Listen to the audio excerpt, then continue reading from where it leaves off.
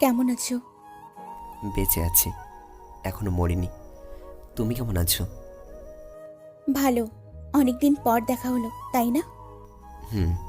4 বছর 6 মাস 7 ঘন্টা পর। হুম, ঠিক বলেছ। কিন্তু তুমি এত সঠিকভাবে মনে রেখেছো। আসলে চাইলেই তো সব কিছু বলা যায় না, আর কষ্টদায়ক স্মৃতিগুলো তো কখনোই না। যাকগে, বাদ দাও সব। তোমার স্ত্রী কেমন আছে? স্ত্রী?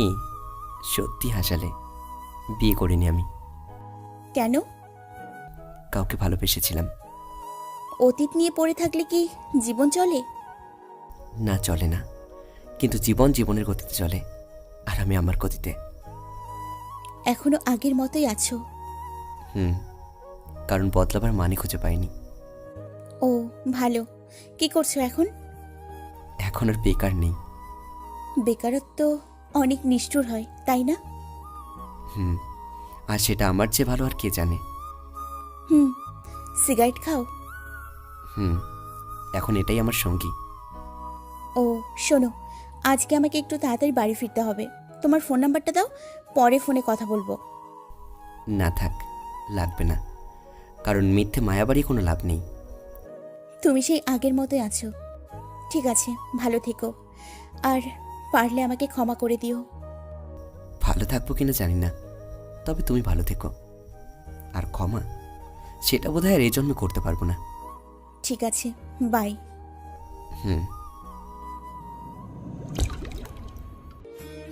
এতক্ষণ কথা হচ্ছিল অহনার সাথে।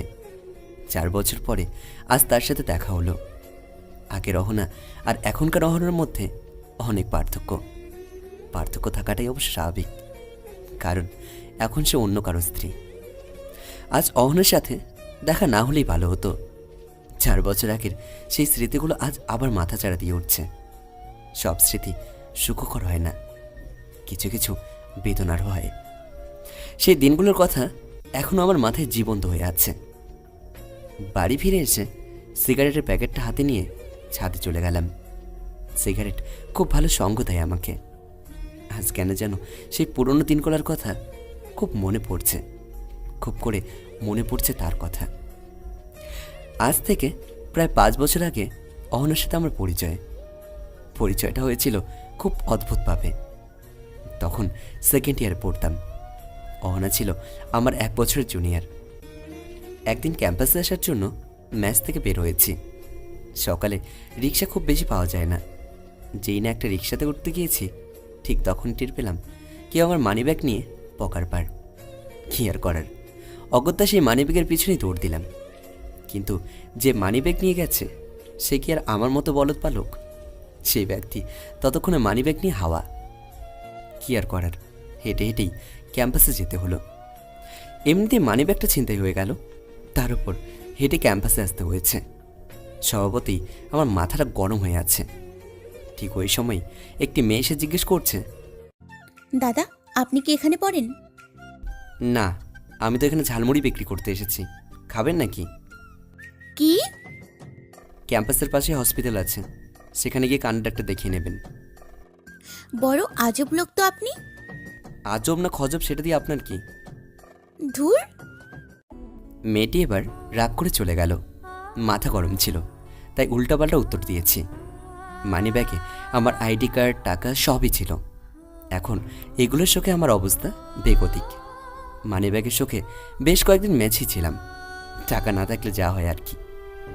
অনেক দিন পর ক্যাম্পাসে গেলাম। ক্যাম্পাসে গিয়ে বন্ধুদের সাথে বসে আড্ডা দিচ্ছি। সেই মুহূর্তে মেয়েটির চোখে আমার চোখ পড়ল। মেয়েটি আমাকে দেখে কেন যেন খুব বিরক্ত হয়েছে, সেটা আমি খুব ভালোভাবে বুঝতে পারছি। মেয়েটার সম্পর্কে আমি সবার কাছ থেকে খোঁজ নিয়ে জানতে পারলাম মেয়েটার নাম অহনা। মেয়েটা ফার্স্ট ইয়ারে পড়ে, অবশ্য আমাদের ডিপার্টমেন্টেই। ভাবলাম ওই দিনের জন্য মেয়েটাকে সরি বলা দরকার। ক্লাস শেষে বাইরে বের হতেই মেয়েটির সাথে দেখা হলো। আমাকে দেখে হনহন করে চলে যাচ্ছিল। আমি ডাক দিয়ে বললাম, এই যে শুনছেন? আমাকে বলছেন? হ্যাঁ, আপনাকেই। আজ আবার মাথার তাজ ছিঁড়েছে নাকি? না, আসলে ওই দিনের জন্য সরি বলতে চাই। আসলে ওই দিন আমার মাথা গরম ছিল, তাই ওইভাবে বলে ফেলেছি। তাই বলে একটা মেয়ের সাথে এইভাবে কথা বলবেন? সরি, আমার ভুল হয়ে গেছে। ওকে। আপনি কি নতুন? হ্যাঁ, ফার্স্ট ইয়ার। আপনি? Second year. ও আচ্ছা, আপনার নামটাই তো জানা হলো না। আমার নাম অহনা। আপনার? কে তুষার। কে মানে? কুমার। আমার নাম কুমার তুষার। ও আচ্ছা, আমার একটু তাড়া আছে, এখন বাই। আচ্ছা, যাক, এবার অন্তত মেয়েটার পরিচয়টা জানা হলো। এরপরে মেয়েটার সাথে টুকটাক কথা হতো। আস্তে আস্তে সম্পর্কটা বন্ধুত্বের রূপ নেয়। যদিও আমার কাছে বন্ধুত্ব থেকে বেশি কিছু ছিল, তবে সেটা প্রকাশ করার মতো সাহস ছিল না। ভেবেছিলাম মেয়েটা বুঝে যাবে, কিন্তু না, মনে হলো আমাকেই বলতে হবে। কিছুদিন পর অহনার জন্মদিন। ভাবছি সেই দিনই অহনাকে বলে দেব, দেখি কি হয়। অতপর প্ল্যান মাফিক সব কিছুই হলো, তবে অহনা যে রাজি হয়ে যাবে এটা কখনোই ভাবতে পারিনি। এরপর বেশ ভালোভাবেই চলছিল আমাদের সম্পর্কটা। কেয়ারিং শেয়ারিং সব কিছু চলছিল ভালোভাবে। এভাবেই কেটে যায় আমাদের মধ্যে 1 বছরের বেশি সময়। তবে সুখ জিনিসটা বেশি দিন টেকেনি। হঠাৎ একদিন অহনা জরুরি তলব করে। ভেবেছিলাম আমাদের বিয়ের ব্যাপারে হয়তো কিছু বলবে, কিন্তু দেখা হওয়ার সাথে সাথেই বলল, তুষার, আমি আর এই রিলেশন রাখতে পারবো না। মজা করার আর সময় পেলে না অহনা? মজা করছি না তুষার, তাহলে? আমি রিলেশন রাখতে পারবো না, এটাই শেষ কথা। যদি একদিনও আমাকে ভালোবেসে থাকো তাহলে আমার সাথে আর কোনোদিন যোগাযোগ করবে না। সেই দিন অহনার কথা শুনে আমি বাকরুদ্ধ হয়ে গেছিলাম। আমি আর কিছুই বলতে পারিনি। অহনা হঠাৎ করে এতটা পাল্টে গেল কেন? না, অহনা পাল্টায়নি। পুরো ঘটনাটা জানতে পেরেছিলাম অহনার এক বান্ধবী রিয়ার কাছ থেকে। অহনার বিয়ে ঠিক করে ফেলেছিল ওর ফ্যামিলি। অহনার এতে অবশ্য কিছুই করার ছিল না, কারণ আমি বেকার একটা ছেলে, তার ওপর মাত্র কলেজ কমপ্লিট করছি। আসলে আমরা বাস্তবতার শিকার হয়েছিলাম দুজনে, আমাদের কিছুই করার ছিল না। এরপরে আর অহনার সাথে কখনো দেখা হয়নি, যোগাযোগের চেষ্টা করিনি। আমি সবসময় ভগবানের কাছে প্রার্থনা করেছিলাম যে সে যেন তার নতুন সংসার নিয়ে সুখী হয়, কারণ আমি যে অহনাকে ভীষণ ভালোবেসেছিলাম। তাকে এতটাই ভালোবেসেছিলাম যে তাকে ছাড়া আর নতুন কাউকে ভালোবাসার সাহসই হয়নি। নীরবে অনেক চোখের জল ঝরেছে অহনার জন্য। জানি না অহনার কি অবস্থা হয়েছিল, তবে বাস্তবতা তো মেনে নিয়ে জীবন।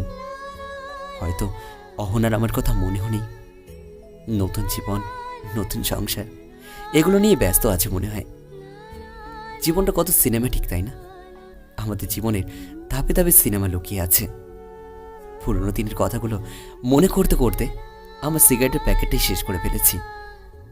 আজকে হয়তো অহনার সাথে দেখা না হওয়াটাই ভালো ছিল, কারণ পুরনো দিনের স্মৃতিগুলো আবার মাথা চাড়া দিয়ে উঠছে। এটা কোনোভাবেই কাম্য নয়। আমি অবশ্য কখনো মানুষ হিসেবে দাঁড়াতে পারিনি, অমানুষ হিসেবেই আছি। ভালো তো দূরে থাক, খারাপের খাতায় হয়তো সবার শেষে আমার নাম। হয়তো একদিন আমিও মানুষ হব, হয়তো আমিও একদিন মানুষের সারিতে দাঁড়াবো, তবে তার কোনো সম্ভাবনা দেখছি না। ভাবছি এই শহর ছেড়ে অন্য কোথাও চলে যাব। এখানে থাকলে অহনার সাথে দেখা হওয়ার সম্ভাবনা আছে। আমি আর চাই না ওর সাথে দেখা হোক। আমি বরং ওর স্মৃতিগুলো নিয়ে ভালো থাকি না, ও ভালো থাকুক ওর সংসার নিয়ে।